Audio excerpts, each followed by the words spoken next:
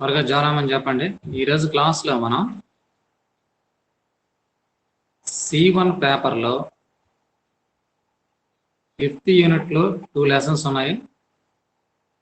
Solar photo వాల్టాయిక్ applications అని చెప్పి అందులో సెకండ్ లెసన్. అక్కడ ఎలక్ట్రికల్ ఇన్స్టలేషన్ అనే ఒక కాన్సెప్ట్ ఉంది. దానితో పాటు market analysis in India of solar photovoltaics. ఈ ఫోటో వాల్టాయిక్స్ యొక్క మార్కెట్ ఇండియాలో ఎలా ఉందనే కాన్సెప్ట్ గురించి, ఈ రెండు విషయాల గురించి ఈ క్లాస్లో మనం చర్చిద్దాం.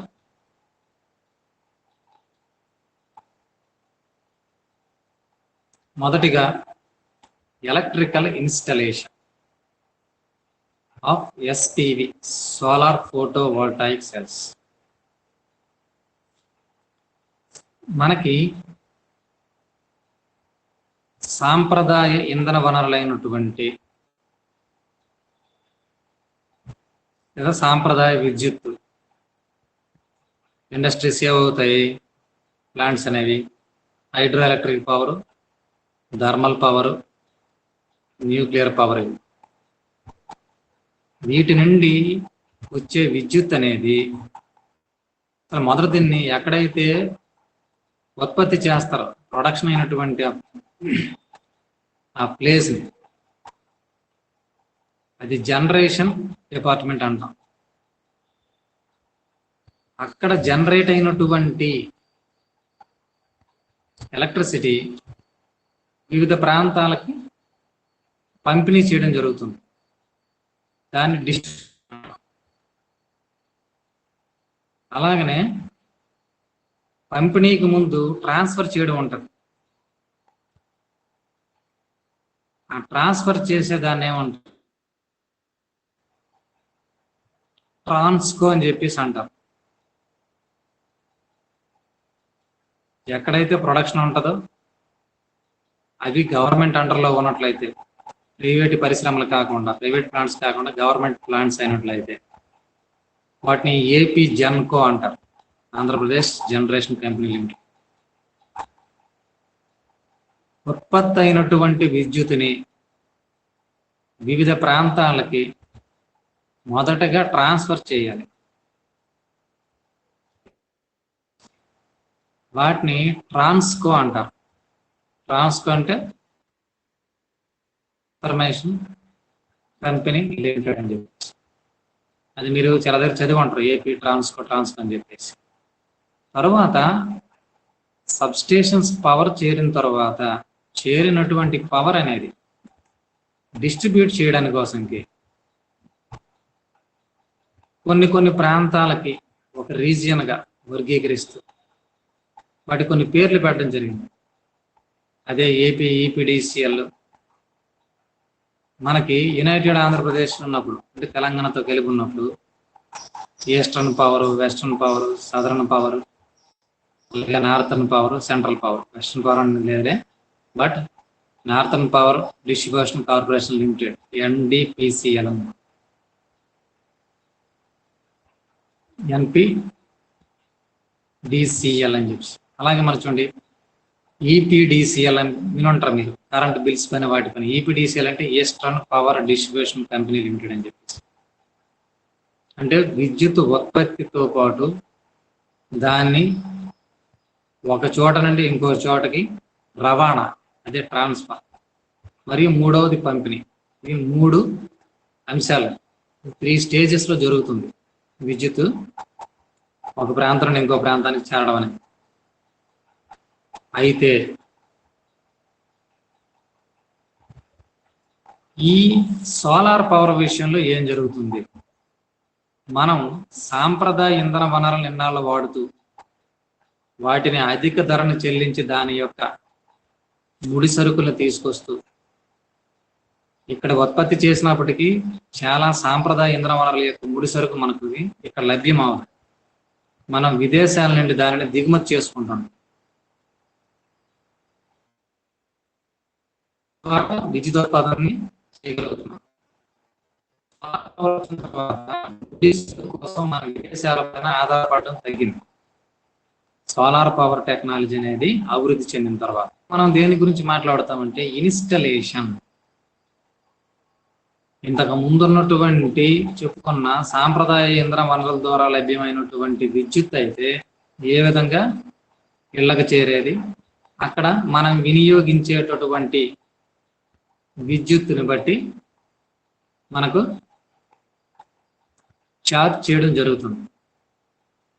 మరి సోలార్ పవర్ విషయంలో ఎలా అంటే ఇక్కడ రెండు రకాలు.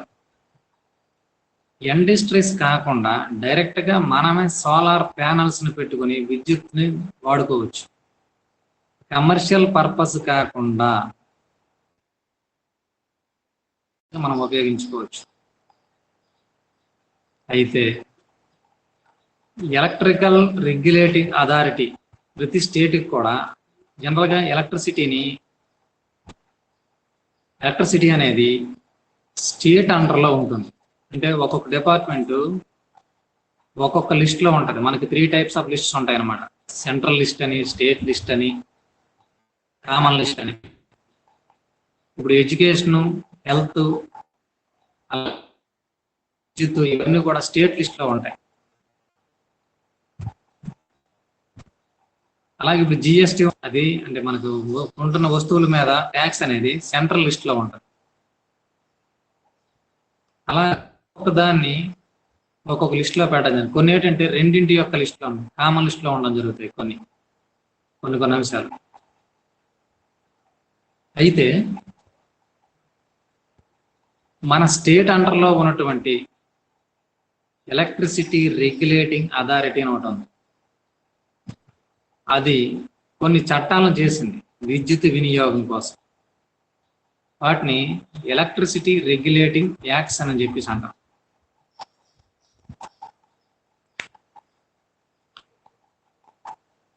మనం ఎలక్ట్రిసిటీ ఇన్స్టలేషన్, ఈ సోలార్ పవర్కి సంబంధించినటువంటి ఎలక్ట్రిసిటీని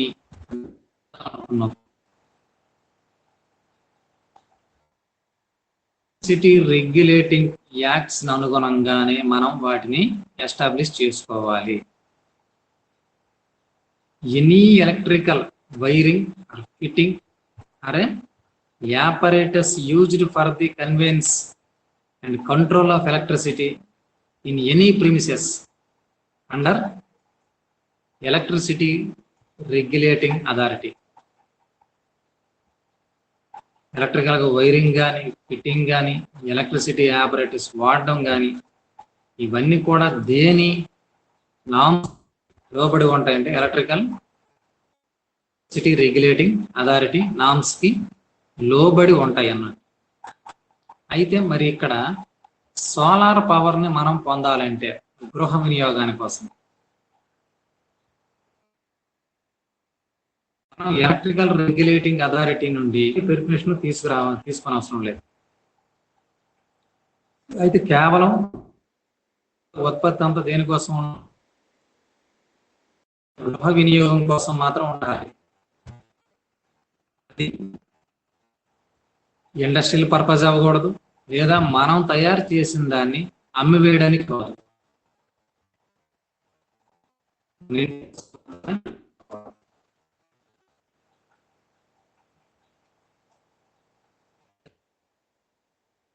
వచ్చేసరికి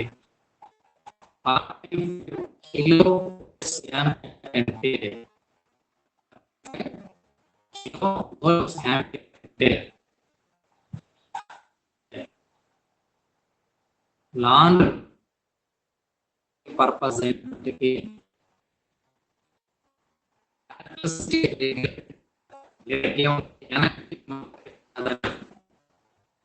ఎనర్జీ నుండి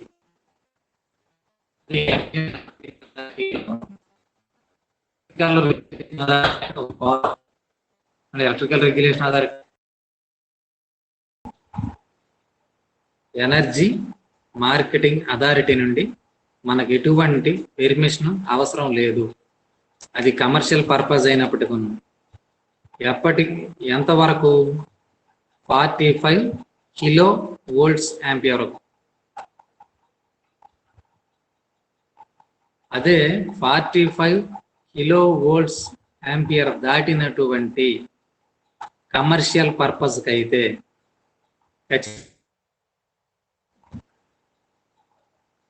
ఎనర్జీ మార్కెటింగ్ అథారిటీ యొక్క పెర్మిషన్తో మాత్రమే దాన్ని పోవాలి. ఈ 45 కిలో వోల్ట్స్ యాంపియర్కి ఏమని పేరంటే థ్రెషోల్డ్.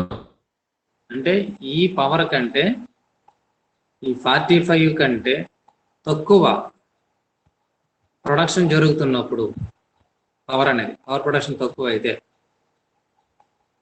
దానికి పెర్మిషన్ అవసరం లా ఎనర్జీ మార్కెటింగ్ అథారిటీస్. లేని పక్షంలో మించినటువంటి పవర్ని, ఎంతకు మించింది 45 కిలో వోల్ట్స్ యాంపియర్ కంటే ఎక్కువ శక్తిని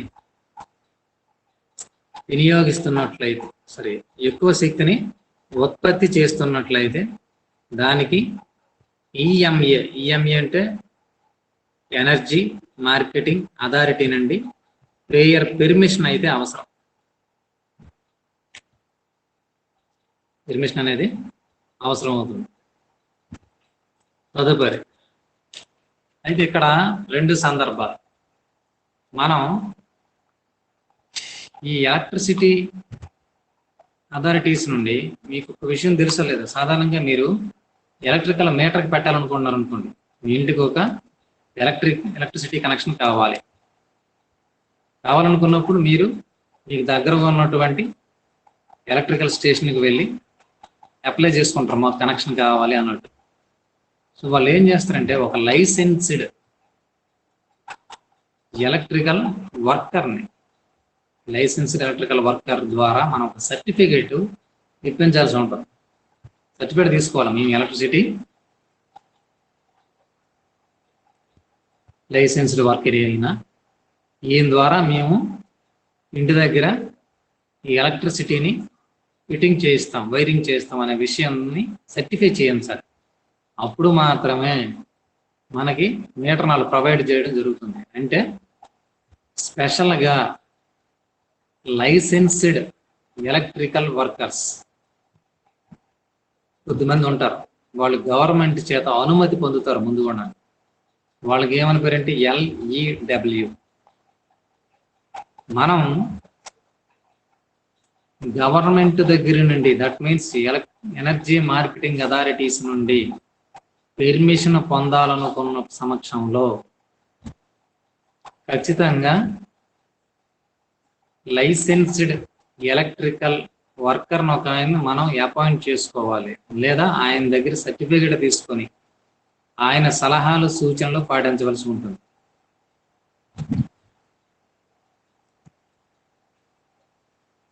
అప్పుడు మాత్రమే ఆయన ఈ ఎలక్ట్రికల్ రెగ్యులేటింగ్ అథారిటీ యొక్క స్టాండర్డ్స్, రిక్వైర్మెంట్స్ ఏవైతే ఉంటాయో దానికి అనుగుణంగా ఆయన వైరింగ్ ఫిట్టింగ్ చేయడం చేస్తాడన్నట్టు. ఈ licensed electrical worker shall consult with the power grid limited. ఆయన ఏం చేస్తాడంటే పవర్ గ్రిడ్ లిమిటెడ్తో కన్సల్ట్ చేసి వాళ్ళకి ఏ టెక్నికల్ రిక్వైర్మెంట్ అవసరం, ఏ ప్రొసీజర్ ఫాలో అవ్వాలి అనే విషయాన్ని తెలుసుకొని గ్రిడ్తో పాటు దీనిని కనెక్ట్ చేసే, అంటే సోలార్ PV సిస్టమ్ మనం ఏదైతే ఇన్స్టాల్ చేయాలనుకుంటున్నామో దానిని కనెక్ట్ చేసేటటువంటి విషయాన్ని పరిశీలించడం జరుగుతుంది. తదనుగుణంగా మాత్రమే వైరింగ్ చేయడం జరుగుతుంది. ఇంకో విషయం ఏంటంటే మనం ఇన్స్టాల్ చేసుకోవలసినటువంటి ఇన్స్ట్రుమెంట్ బేస్డ్గానే ఈ లైసెన్స్డ్ ఎలక్ట్రిసిటీ వర్కర్ అనే వ్యక్తి మనం ఈఎంఏకి అప్లై చేసుకోవాలా లేదా అనే విషయం చెప్పడం జరుగుతుంది. ఈఎంఏ అంటే ఎనర్జీ మార్కెటింగ్ అథారిటీ.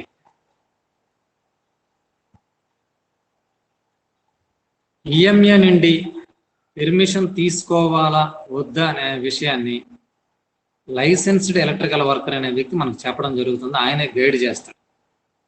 అయితే ఇక్కడ ఈ అవసరం అంతా ఎప్పుడు పడుతుందంటే రెసిడెన్షియల్ పర్పస్ అయినప్పటికీ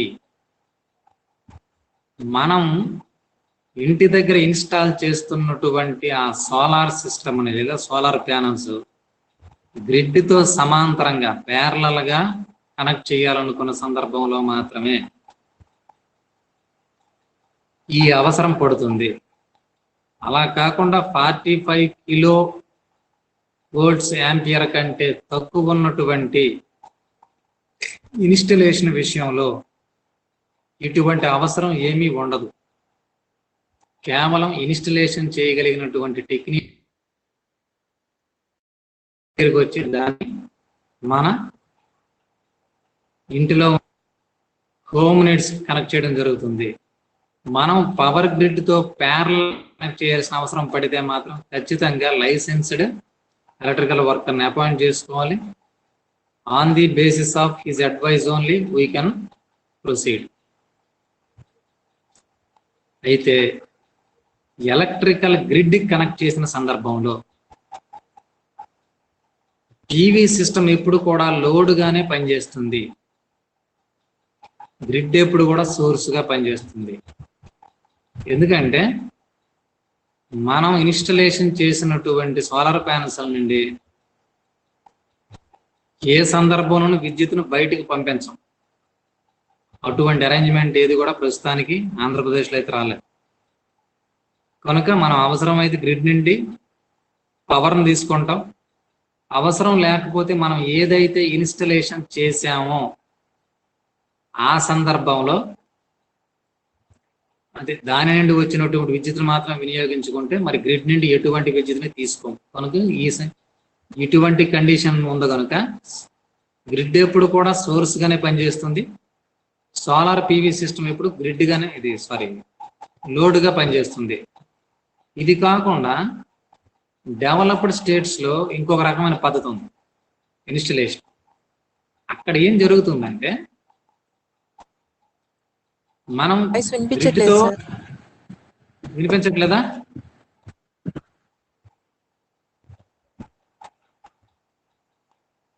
వినిపిస్తుందా లేదా?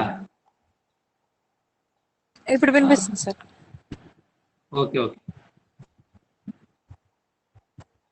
కొన్ని డెవలప్డ్ స్టేట్స్ లో ఉన్న సమస్య ఇది అక్కడ అడ్వాంటేజ్ ఏంటంటే వాళ్ళు సోలార్ ప్యానల్స్ ని ఇన్స్టలేషన్ చేసుకున్న తర్వాత ప్యానల్స్ నుండి అవైలబుల్ అయినటువంటి ఎలక్ట్రిసిటీ మన యూసేజ్ కంటే అదనంగా ఉన్నట్లయితే వాటిని వెనక్కి ఇచ్చేయచ్చు, అంటే మన గ్రిడ్కి పంపించుకోవచ్చు. ఆ సందర్భంలో ఏమవుతుందంటే మనం ఈ ఇన్స్టలేషన్ చేసుకున్నటువంటి హౌస్ అనేది సోర్స్ లా మారుతుంది. మళ్ళీ అప్పుడు గ్రిడ్ అనేది లోడ్ లా పనిచేస్తుంది. అటువంటి టెక్నాలజీ అడాప్ట్ అయిపోయినప్పుడు ఆ సిస్టమ్ మనం కానీ అడాప్ట్ చేసుకుంటే మనం ఎలక్ట్రిసిటీ బిల్స్ కట్టాల్సిన అవసరం ఉండదు. దీనికి అదనంగా ఇంకొక అడ్వాంటేజ్ ఏంటంటే మనం కూడా ఈ పవర్ కన్జ్యూమ్ గురించి జాగ్రత్త పడతాం అన్నమాట. మనకు వచ్చే ఎలక్ట్రిసిటీ బిల్ కూడా ఏ బేస్ మీద వస్తుందంటే మనం ఎంత ఉపయోగించమని ఇప్పుడు వస్తుంది, మనం ఎంత సేవ్ చేసామనే దాని మీద ఆధారపడి కూడా రేపు గవర్నమెంట్ మనకు పే చేసినటువంటి పరిస్థితి వస్తుంది. ఎలా అంటే ఇప్పుడు మనకు కావాల్సింది మనం ఒక 60 యూనిట్స్ మనకి అవసరం అనుకుందాం పర్ మంత్. 60 యూనిట్స్ ఇప్పుడు ఎవరు సరిపోదు. ఫర్ ఎగ్జాంపుల్ 100 యూనిట్స్ మన ఇంటి దగ్గర ఇన్స్టాలేషన్ చేసుకున్నటువంటి ప్యానల్స్ ఒక 80 యూనిట్స్ కానీ ప్రొడ్యూస్ చేయగలిగితే మనం 20 యూనిట్స్కి అమౌంట్ చెల్లిస్తే సరిపోతుంది అన్న. అలా కాకుండా మన దగ్గర ఉన్నటువంటి ప్యానల్స్ 120 యూనిట్స్ ప్రొడ్యూస్ చేయగలిగాయి అనుకోండి. 120 యూనిట్స్ ప్రొడ్యూస్ చేసినప్పుడు మనకు అదనంగా మిగిలినటువంటి 20 యూనిట్స్ని మనం గ్రిడ్కి చేస్తాం అనమాట. ఇలాంటి సందర్భాల్లో అక్కడ రివర్సిబుల్ మీటర్ని అరేంజ్ చేస్తారు. అంటే బోత్ సైడ్స్ ఇన్పుట్ ఎంత తీసుకుంది, బయటికి ఎంత ఇచ్చింది, నెట్ మనం గ్రిడ్కి ఇచ్చామా, గ్రిడ్ నుండి మనం తీసుకున్నామా అనే దాని మీద ఆధారపడి బిల్ అనేది జనరేట్ అవుతుంది. అలాంటి సందర్భాల్లో మనం ఏం చేస్తామంటే సాధ్యమైనంత వరకు మన ఖర్చులు తగ్గించుకోవడానికి ప్రయత్నిస్తాం కనుక పవర్ కన్జంప్షన్ గురించి జాగ్రత్త పడతాం. మనం పవర్ కన్జంప్షన్ గురించి జాగ్రత్త పడుతూ ముందుకెళ్ళడం జరుగుతుంది. అది ఖచ్చితంగా అది ఒక విప్లవాత్మకమైన మార్పు అవుతుంది. ఎందుకంటే ఎప్పుడైతే మనం పవర్ కన్జంప్షన్ గురించి ఆలోచన స్టార్ట్ చేసాం, ప్రతి సందర్భంలో కూడా తక్కువ ఖర్చు చేయడానికి కోసం మాత్రమే ప్రయత్నిస్తాం. ఇలాగా దేశంలో ప్రజలందరూ ఇదే పరిస్థితిలో ఉన్నారనుకోండి. ఎక్కువ మంది మనం మిగులు పవర్ వస్తుంది. మిగులు పవర్ని మనం మిగతా రంగాలైనటువంటి ఇండస్ట్రీ సెక్టార్లో కానీ అగ్రికల్చర్ సెక్టర్లో కానీ మరింత ఎక్కువగా వినియోగించవచ్చు. అలా వినియోగిస్తున్నాము అంటే మనకు అక్కడ ప్రొడక్షన్ ఎక్కువ వస్తుంది. ఎలక్ట్రిసిటీ ప్రొడక్షన్ కాదు అక్కడ, అది మెటీరియల్ ప్రొడక్షన్. అగ్రికల్చర్లో అయితే అగ్రికల్చర్ ప్రొడక్ట్స్ అనేవి ఎక్కువ వస్తాయి. దానివల్ల ఎగుమతులు పెంచుకోవచ్చు అన్నమాట. కనుక రివర్సిబుల్ మీటరింగ్ అనేది అంటే ఎప్పుడు మనం ఇన్స్టాల్ చేసుకున్నటువంటి ఆ సోలార్ పవర్ సిస్టమ్ని గ్రిడ్తో ప్యారల్గా కనెక్ట్ చేసినప్పుడు excess amount of solar produced by our panels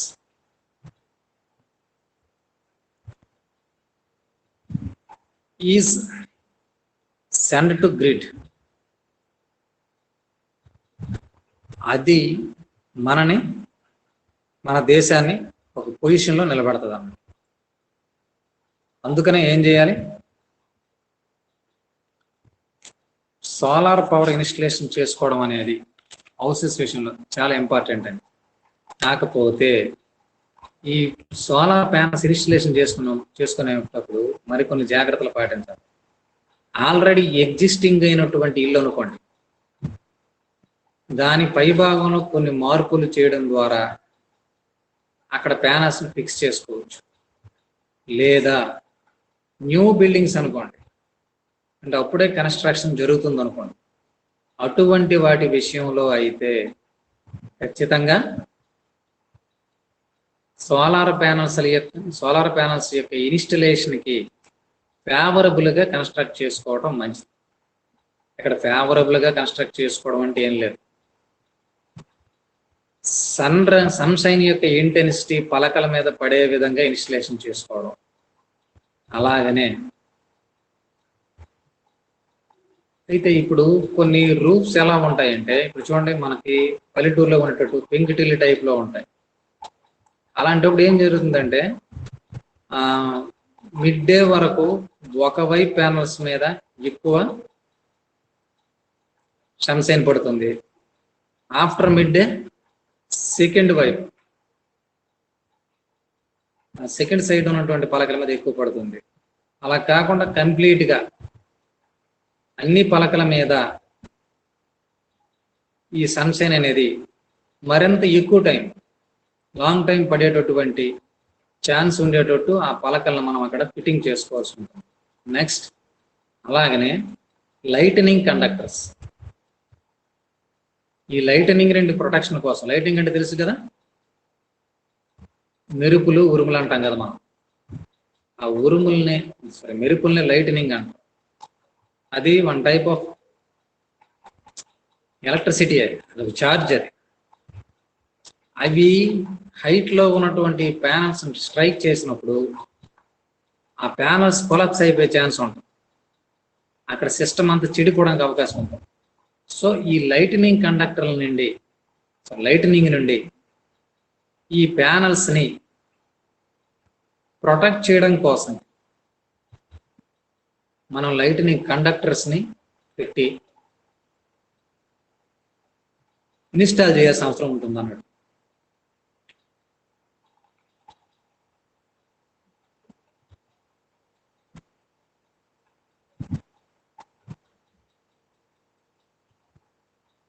మనం ఏంటంటే విద్యుత్ పర్పస్, ఎలక్ట్రిసిటీ పర్పస్ ఇంటి విషయంలో మాత్రమే ఎలక్ట్రిక్ ప్యానల్స్ని కానీ వాడు ఇన్స్టాల్ చేసుకున్నట్లయితే దానికి సంబంధించినటువంటి డిజైన్డ్ ప్యానల్స్ మాత్రం మనం సెలెక్ట్ చేసుకోవాల్సి ఉంటుంది. అంటే వాటిని గ్రిడ్కి కనెక్ట్ చేయాల్సినటువంటి అవసరం లేదు. గ్రిడ్తో ప్యారల్గా కనెక్ట్ చేస్తాం. మనకు అవసరమైనప్పుడు గ్రిడ్ నుండి తీసుకుంటాం, అవసరం లేనప్పుడు ప్యానల్స్ నుండి, అంటే ప్యానల్స్ సరిపోతే గ్రిడ్ నుండి తీసుకుంటే ఒక రకమైన డిజైనింగ్ ఉంటుంది. అలా కాకుండా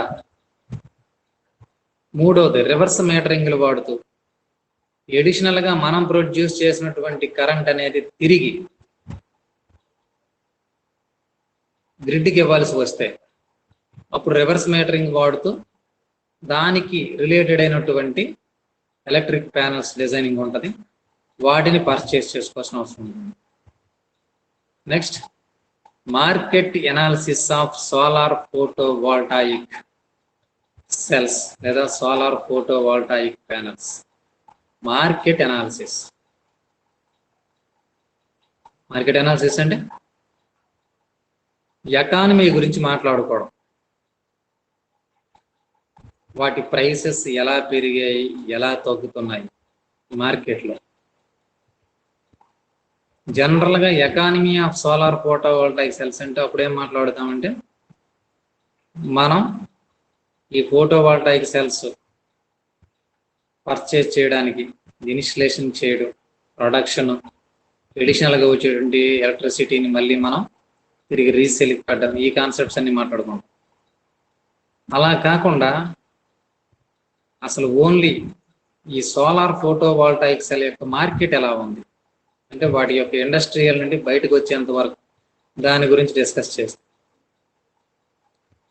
ఈ energy economics is a broad area of science that covers energy supply and utilisation.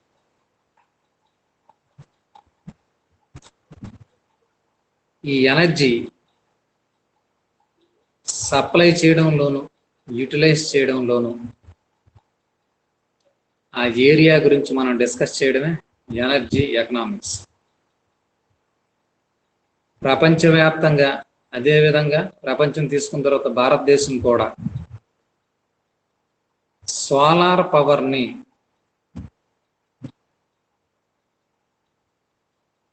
Promote చేయడంలో భాగంగా, అంటే సోలార్ పవర్ అనేది మనకి నాన్ పొల్యూటెడ్, తర్వాత రెన్యూవబుల్ ఎనర్జీ సోర్స్ అవ్వటం వలన దాన్ని ప్రమోట్ చేయడం కోసం ప్రపంచ దేశాలు మరియు వాటితో పాటు ఇండియా కూడా చాలా మేజర్ స్టెప్స్ తీసుకుంది. దీనికోసం కొన్ని ప్రణాళికలు నిర్దేశించుకుంది. అయితే సోలార్ పవర్ ప్రిపరేషను మరియు దాని యూటిలైజేషన్, అంటే సప్లై యూటిలైజేషన్ అనేది అధిక మొత్తంలో ఎక్కువగా ఎప్పటి నుండి బాగా వాడుకలోకి వచ్చిందంటే 2008 నుండి అయితే ఇండియాలో బాగా వాడకంలోకి వచ్చింది. అంతకు ముందు ఉండేది కానీ చాలా తక్కువ. 2008 నుండి ఇది బాగా ఎక్కువగా వాడకంలోకి వచ్చింది. భారతదేశం అయితే 2022 నాటికి అరౌండ్ 100 గిగావాట్స్ 2000 గిగావాట్స్ సోలార్ పవర్ని ప్రొడక్షనే ధ్యేయంగా పెట్టుకున్నదన్నమాట. అయితే దీంతో సమస్య ఏంటంటే ప్రైవేట్ సెక్టర్ కానీ, పబ్లిక్ సెక్టర్ కానీ, గవర్నమెంట్ సెక్టర్, ఏ సెక్టర్లో అయినా సరే ఇన్స్టలేషన్ అనేది ఎక్కువ ఖర్చుతో కూడుకున్నటువంటి ప్రక్రియ అయిపోవడం. ప్రైవేటు మరియు పబ్లిక్ సెక్టర్ వాళ్ళు అంత తొందరగా ఎక్కువగా ఇంట్రెస్ట్ చూపించేవాళ్ళు కాదు. ఎందుకంటే అంతకంటే తక్కువ రేటుకి గవర్నమెంట్ నుండి మనం పవర్ పొందుతున్నాం, ట్రెడిషనల్ పవర్ని. ప్రత్యేకించి ఈ ఇన్స్టలేషన్ ఛార్జెస్ ఇవన్నీ పెట్టుకొని మనం లాస్ అవ్వాల్సిన అవసరం ఏముందని చెప్పేసి దాని మీద ఇంట్రెస్ట్ తక్కువగా ఉండేది. అయితే 2008లోనే గ్రిడ్ కనెక్టెడ్ సోలార్ పీవీ సిస్టమ్ని గవర్నమెంట్ ఎంకరేజ్ చేసింది. వాటి ఇన్స్టలేషన్స్ కూడా అరౌండ్ 5 మెగావాట్స్ వరకు ఇన్స్టాల్ చేయడం జరిగింది. 5 మెగావాట్స్ అంటే చాలా తక్కువ. కాకపోతే ఇనిషియేషన్ అంటూ ఒకటి అవసరం, తర్వాత అభివృద్ధి అనేది చెందుతుంది అన్నట్టు. వీటి కోసం గవర్నమెంట్ ఇన్సెంటివ్స్ ప్రకటించడం, అధికమైనటువంటి వాటిని మనం ఏమంటాం డిస్కౌంట్లు ఇవ్వడం ద్వారా చాలా వరకు గవర్నమెంట్ వీటికి అట్రాక్ట్ చేయడం జరిగింది. అయితే గ్రాడ్యువల్గా ప్రతి సంవత్సరం కూడా ఈ సోలార్ ప్యానల్స్ ఏవైతే సోలార్ పవర్ని ప్రొడ్యూస్ చేయడానికి అవసరపడినటువంటి ఇన్స్ట్రుమెంట్స్ ఉంటాయో వాటి యొక్క కాస్ట్ అనేది గ్రాడ్యువల్గా డిక్రీజ్ అయ్యేది. ఎప్పటి నుండి 2008లో వాటి యొక్క పర్చేసింగ్ కాస్ట్ ఎక్కువ ఉంటే నేటికి అది గ్రాడ్యువల్గా తగ్గిపోతూ వస్తుందన్నమాట. అయితే 2012 వచ్చేసరికి అయితే హిస్టారిక్ ఫాల్ అనమాట. హిస్టారిక్ ఫాల్ అంటే సడన్ గా వాటి యొక్క రేట్స్ పడిపోయాయి. అంటే రేట్స్ పడిపోయిన అర్థం ఏంటి?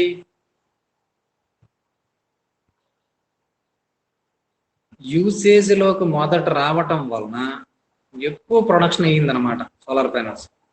ప్రొడక్షన్ ఎప్పుడైతే బాగా ఎక్కువ అయిపోయిందో ఆటోమేటిక్ మనం ఏం ఆలోచిస్తాము, ప్రొడక్షన్ పెరిగింది కదా అంటే ఆ ప్రొడక్షన్ పెంచుకుంటూ పోతున్నారు. ఈ ఇన్స్టలేషన్స్ పెరుగుతున్నాయి కానీ ప్యానల్స్ ప్రొడక్షన్ అంత వేగంగా ఇన్స్టలేషన్ జరగకపోతే వాటి కాస్ట్ చీపర్గా అయిపోతుంది. కాస్ట్ చీపర్ అయిందంటే మళ్ళీ ప్రొడక్షన్ పెరుగుతుంది అన్నమాట. సో అది ఒక రకంగా ప్రొడక్షన్ పెరగడానికి అది కారణం కూడా, కాస్ట్ తగ్గిపోవడం. కాస్ట్ తగ్గిపోతే ఇన్స్టలేషన్స్ పెరుగుతాయి, ఇన్స్టలేషన్స్ పెరిగాయి అంటే ఆటోమేటిక్గా ప్రొడక్షన్ మరింత ఎక్కువ అయిపోతుంది. 2016కి వచ్చేసరికి అప్పుడు ఉన్న గవర్నమెంట్లు పెట్టినటువంటి పథకాల దృష్ట్యా 2016కి వచ్చేసరికి ఈ సోలార్ ప్యానల్స్ యొక్క ఈ పర్చేసింగ్ కాస్ట్ అరౌండ్ 26% రిడ్యూస్ అయిపోయింది అనమాట. దీనికి సంబంధించినటువంటి డయాగ్రామ్ని మీకు ఒకసారి చూపిస్తాను. గ్రాఫ్ అనేది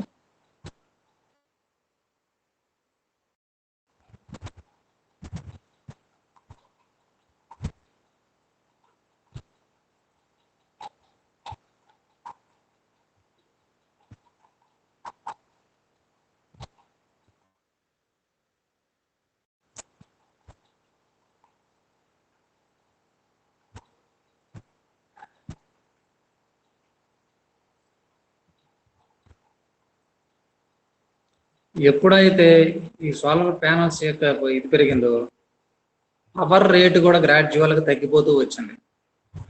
ఇక్కడ చూపించేది పవర్ రేటే. 1 కిలోవాట్ అవర్ అంటే 1 యూనిట్ యొక్క రేట్ అనేది ఎప్పుడు ఎలా ఉందో ఒకసారి చూడండి. 2008లో అయితే 18 రూపాయలు ఉండేది సోలార్ పవర్ యొక్క యూనిట్. 2009లో అది 15 రూపాయలు. 2010లో కూడా 15 అయిపోయింది, చేంజ్ ఏం లేదు. 2011కి వచ్చేసరికి 12.76 పైసలు, 12 రూపాయలు 76 పైసలు. గ్రాడ్యువల్గా 2017కి వచ్చేసరికి ₹2.97 పడిపోయింది. ఎందుకంటే ఇలా జరిగిందంటే ప్రొడక్షన్ బాగా పెరిగింది. ప్రొడక్షన్ ఎప్పుడైతే బాగా పెరిగిందో ఆటోమేటిక్గా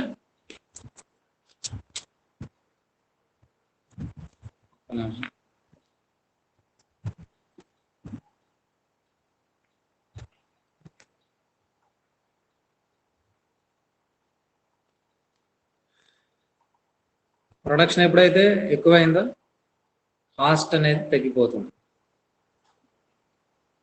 this is regarding solar power, solar photovoltaic panels installation మరియు మార్కెట్ అనాలిసిస్. అప్పుడు అటెండెన్స్ చేస్తాను నేను.